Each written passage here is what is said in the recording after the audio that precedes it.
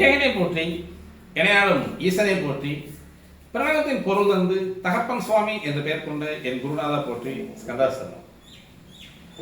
இன்றைய பதிவில் நம்ம மேச லக்னம் அல்லது ராசி இவங்களுக்கான ஒரு பரிதாப நிலையத்தை நம்ம பேச போறோம். பொதுவாக இவங்க அதிகமாக கோவப்படக்கூடிய ஆளுங்க முதல்ல பேர் வைக்கிறார், கெட்ட பேர். அவங்ககிட்ட பேச முடியாது. எதை பேசினாலும் இடம் முடக்காம பேசுவான்.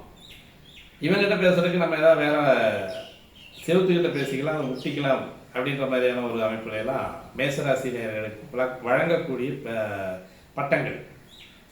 காரணம் என்ன அப்படின்னா, இவங்க யதார்த்தவாதி. எந்த விதமான கபடி இருக்காது அவங்ககிட்ட. முதல்ல கள்ளம் கபடம் இல்லாத ஒரு உண்மையான அமைப்பு அப்படின்னா இந்த மேசத்துக்கு தான் சொல்லணும். எப்படின்னா, என் கடன் பணி செய்து கிடப்பது அப்படின்றத அவங்களுடைய வேலை. கர்மமே கண்ணா இரு அப்படின்றதான். நேர்மை முழுமையா இருக்கும், 100% இருக்கும். அதே மாதிரி டக்குன்னு அடுத்தது சடனா கோவப்படக்கூடிய ஷார்ட் டெம்பர் அப்படின்னு சொல்லக்கூடியது.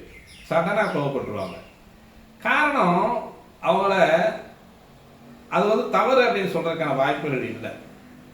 அவங்க மற்றவங்களை கேரிங்ல, நம்மளுடைய கேரிங்ல இருக்காங்க. அவங்க பாதுகாப்பா இருக்கணும் அப்படின்றது அவங்களுடைய மிகப்பெரிய எண்ணமா இருந்தாலும் அது அடுத்தவங்களுக்கு அது சாதகமா இருக்கணும் இல்லையா?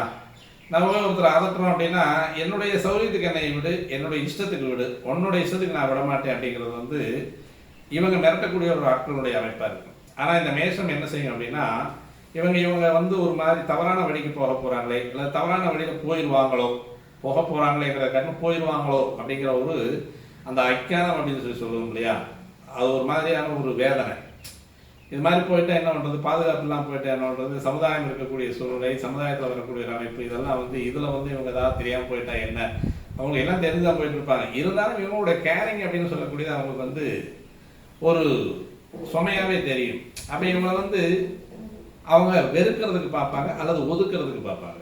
பொதுவாக இந்த யதார்த்தமான ஒரு குணம் அப்படின்றது மேஷராசிக்கே சொந்தமான ஒரு விஷயம். இங்க துரோகம் இருக்காது. மேஷராசி அல்லது லக்னக்காரங்க துரோகம் இருக்காது.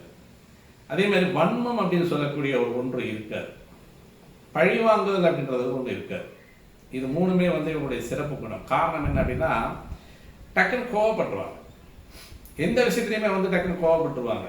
நேர்மையா இருக்கணும்னு நினைப்பாங்க. அந்த நேர்மைக்கு கொஞ்சம் மாறும் பொழுது இவங்களுக்கு சடனா கோபம் வந்துடும். எப்பவுமே ஒருத்தருக்கு கோபத்தை அடக்கத்தான் அது என்ன ஆகும், அது வன்மமா மாறும். வன்மமா மாறும்போது வெறியாகும். வெறியா மாறும்போது பழிவாங்கும். அப்ப கோபத்தை அடக்கக்கூடியவங்ககிட்ட என்னென்ன இருக்கும், வன்மமாகும். வன்மம் வெறியாகும். வெறி பழிவாங்கும். ஆனா இங்க கோபத்தையே இவங்க கண்ட்ரோல் பண்ண மாட்டாங்க. சடார்னு கோபப்பட்டுருவாங்க. முன்னாடி இருக்கிறது யார் என்னங்கிறதெல்லாம் பார்க்க மாட்டாங்க. பெரிய ஆபீசரு, இவங்க பெரிய பதவியில் இருக்கிறவங்க, பெரியவங்க, அப்பா, அண்ணன், தம்பி, மகள், கோபம்னா டக்குன்னு வெளிப்படுத்திடுவாங்க. அப்போ கோபம்ன்றதை வெளிப்படுத்திட்டாங்க அப்படின்னா அவங்ககிட்ட குணம் அதிகமாக இருக்குன்னு அர்த்தம். அவங்ககிட்ட வன்மம் இருக்காது, பழிவாங்கும் நோக்கம் இருக்காது. அதே மாதிரி துரோகம் அவங்ககிட்ட இருக்காது. இதுதான் இந்த மேச லக்னம் அல்லது ராசி நாயர்களுக்கான முழுமையான ஒரு தாற்பயமான உண்மை. ஆனா இவங்களுடைய நடத்தை அப்படின்னு சொல்லக்கூடியது இவங்களுக்கே பாதகமா சேரும். எல்லாத்தையும் பாதகமா சேரக்கூடிய அமைப்பு. இவங்க மற்றவங்களுக்கு நல்லது செஞ்சாலும் அது இவங்களுக்கு ரிட்டனா வரும் பொழுது அவங்க எவ்வளவு தூரம் நாம மற்றவங்களுக்கு நல்லது செய்யறாங்களோ அதை விட ஒரு 4 மடங்கு தீமை இவங்களுக்கு சேரும். எவ்வளவு தூரம் ஒருத்தர் மேல கேரிங்கா இருக்காங்களோ அதை விட 4 மடங்கு துரோகம் இவங்க மேல சேரும். எவ்வளவு தூரம் அடுத்தவங்களுக்கு உதவுறாங்களோ, இவங்களுக்கு ஒரு கஷ்டம் அப்படிங்கும் போது இவங்ககிட்ட மேலும் ஏதாவது இருந்தால் அவங்களுக்கு பிடிங்கிட்டு போகலாம் அப்படின்னு நினைப்பாங்களே, அவங்களுக்கு கொஞ்சம் கொடுத்து உதவலாங்கிற எண்ணமெல்லாம் இருக்காது. மொத்தத்தில் இந்த மேஷம் அப்படின்னு சொல்லக்கூடிய லக்னம் ஒரு ராசியோ தனக்குத்தானே சூனியம் வைத்துக் கொள்ளக்கூடிய ஒரு ராசி லக்னம்னு சொல்லலாம். காரணம் என்ன அப்படின்னு பார்த்தோம்னா, இங்க லக்னம் அப்படின்றது மேஷம், செவ்வாயினுடைய வீடு. லக்னாதிபதி அப்படின்னு சொல்லக்கூடியவர் செவ்வாய். இதற்கு 11ஆம் இடம் அப்படின்னு சொல்லக்கூடியதான் பாதகத்தை செய்யக்கூடிய அமைப்பு. இந்த 11ஆம் இடத்துல செவ்வாய் போய் நின்றாலும் ஒண்ணு, இந்த லக்னாதிபதியே போயிட்டு 11ஆம் இடத்துல போய் நின்றார். அப்ப அந்த லக்னாதிபதியே போய் 11ஆம் இடத்துல நின்றாலும் அந்த பாதகம் அப்படின்னு சொல்லக்கூடிய அமைப்பு அவங்களுக்கு தீரும். அப்ப லக்னாதிபதியாவே இருக்காரு, சரலக்கணமாக இருக்குது. மேச லக்கணம் வந்து சரலக்கணமாக இருக்கிறனால சரலக்கணத்துக்கு வந்து 11ஆம் இடத்த அதிபதி வந்து அந்த பாதகத்தை செய்யக்கூடிய சனி தான் பாதகத்தை செய்யணுங்கிற அவசியம் கிடையாது. இந்த லக்கணாதிபதியே போயிட்டாங்க உட்காந்துட்டாங்க 11ஆம் இடத்துல உட்காந்து தசையோ புத்தியோ செய்யக்கூடிய ஒரு அமைப்பு அப்படின்னா கண்டிப்பாக அவங்களுக்கு வந்து அந்த பாதகமான ஒரு விஷயங்கள் நடந்தே தீரும். நம்பிக்கை துரோகம் வரும், தொழிலில் நஷ்டம் வரும், சமுதாயத்தில் வந்து பிசகான ஒரு சீர்கேடுகளை வந்து இவங்க சந்திக்க வேண்டியதாக இருக்கும். பெற்றவங்களே வந்து இவங்க வந்து தாறுமாறாக ஒரு விஷயத்தை செய்ய வேண்டியதாக இருக்கும். உடன்பிறப்புகள் வந்து இவங்களுக்கு வந்து நம்பிக்கை துரோகம் பண்ணக்கூடியவங்களாக இருப்பாங்க. இவங்க நம்பினவங்க எல்லாமே இவங்களுக்கு வந்து ஒரு கடுமையான எதிர்விளைவுகளை தரக்கூடிய அமைப்பு அப்படின்னு சொல்லக்கூடியதில் அந்த மேஷ லக்னம் அல்லது ராசினியர்களுக்கு வந்து கண்டிப்பாக நடக்கும். காரணம் என்ன அப்படின்னு பார்த்தோம்னா, இவங்களுக்கு 11ஆம் வீடே இந்த கிரகத்திற்கு முழுமையான எதிரின்னு சொல்லக்கூடிய சனியினுடைய வீடு. மற்ற சரலக்கணங்கள் கூட பார்த்தோம்னாலும் சந்திரனுடைய வீட்டுக்கு 11ஆம் இடம் அப்படின்னு சொல்லக்கூடியது, அதாவது கடகராசிக்கு 11ஆம் இடம் அப்படின்னு சொல்லக்கூடியது சுக்கிரனுடைய வீடாக வரும். அங்கே சுக்கிரன் இருந்தால் மட்டும்தான் பாதகத்தை செய்யும். மற்ற கிரகங்கள் இருந்தால் பாதக வீட்டில் ஒரு கிரகம் இருக்குது, அவ்வளோதான். இங்கே போய் சந்திரன் போயிட்டு உச்சமாகக்கூடிய இடம். கடகராசி அல்லது லக்னத்துக்கு வந்து பார்த்தோம் அப்படின்னா 11 அந்த பாதகம் அப்படின்னு சொல்லக்கூடிய இடத்துல வந்து இந்த சந்திரன் போய் உச்சமாகிறார். அதனால் பெருசாக வந்து அந்த பாதிப்பை செய்யக்கூடிய ஒரு அமைப்பு இல்லை. சுக்கிரன் இருந்தால் மட்டும்தான் அந்த பாதிப்பை செய்யும் கடக ராசி கடக லக்னத்துக்கு.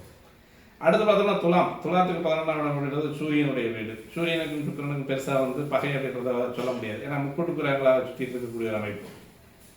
அதே மாதிரி பார்த்தோம்னா மகரத்திற்கும் இதே ஒரு நிலைப்பாடு தான். மகரம் வந்து தன்னை இழக்கக்கூடியவன், தன்னை இழந்து மற்றவங்களுக்கு செய்யக்கூடியவன். இங்கே வந்து சனி சூரியன் அப்படின்றது வந்து மிக மிக கடுமையான ஒரு விளைவுகளை தரக்கூடியவன்.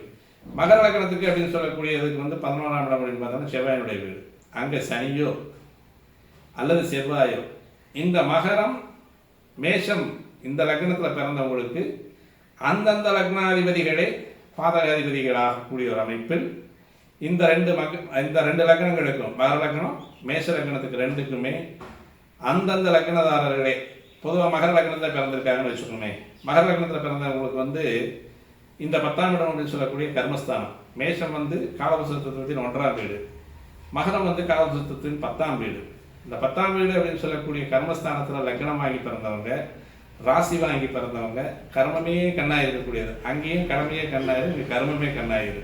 ஆனால் ரெண்டுக்கும் எந்த விதமான பிரயோஜனமும் இல்லை. எல்லாத்துக்கும் நல்லா செய்வாங்க, எல்லாத்துக்கும் நல்லது செய்வாங்க, எல்லாருமே இவங்ககிட்ட அனுபவிப்பாங்க. கடைசியில் இவங்களுக்கு கொடுக்குறது எல்லாமே பூராமே அவங்களுடைய முடிஞ்ச அளவுக்கு எந்த அளவுக்கு அவங்களுக்கு வந்து அந்த துரோகத்தை திருப்பி தர முடியுமோ அந்த அளவுக்கும் தருவாங்க. அப்படிங்கிறது வந்து இந்த மகரம் மேசம் லக்னத்தில் பிறந்தவங்களுக்கும் மகரம் மேசம் ராசியில் பிறந்தவங்களுக்கும் அது மாதிரி வந்து திருப்பி வரக்கூடிய பலன் அப்படின்றத வந்து இவங்களுக்கான எதிர்பார்க்க முடியாத அளவுக்கு துரோகங்களை சந்திக்கக்கூடிய லக்ன ராசிகள் சொல்லி நம்ம இந்த வீடியோ முடிச்சுக்கலாம். மீண்டும் நல்லதொரு பதிவோடு உங்களை சந்திக்க வருகிற நண்பர்களே, நன்றி, வணக்கம்.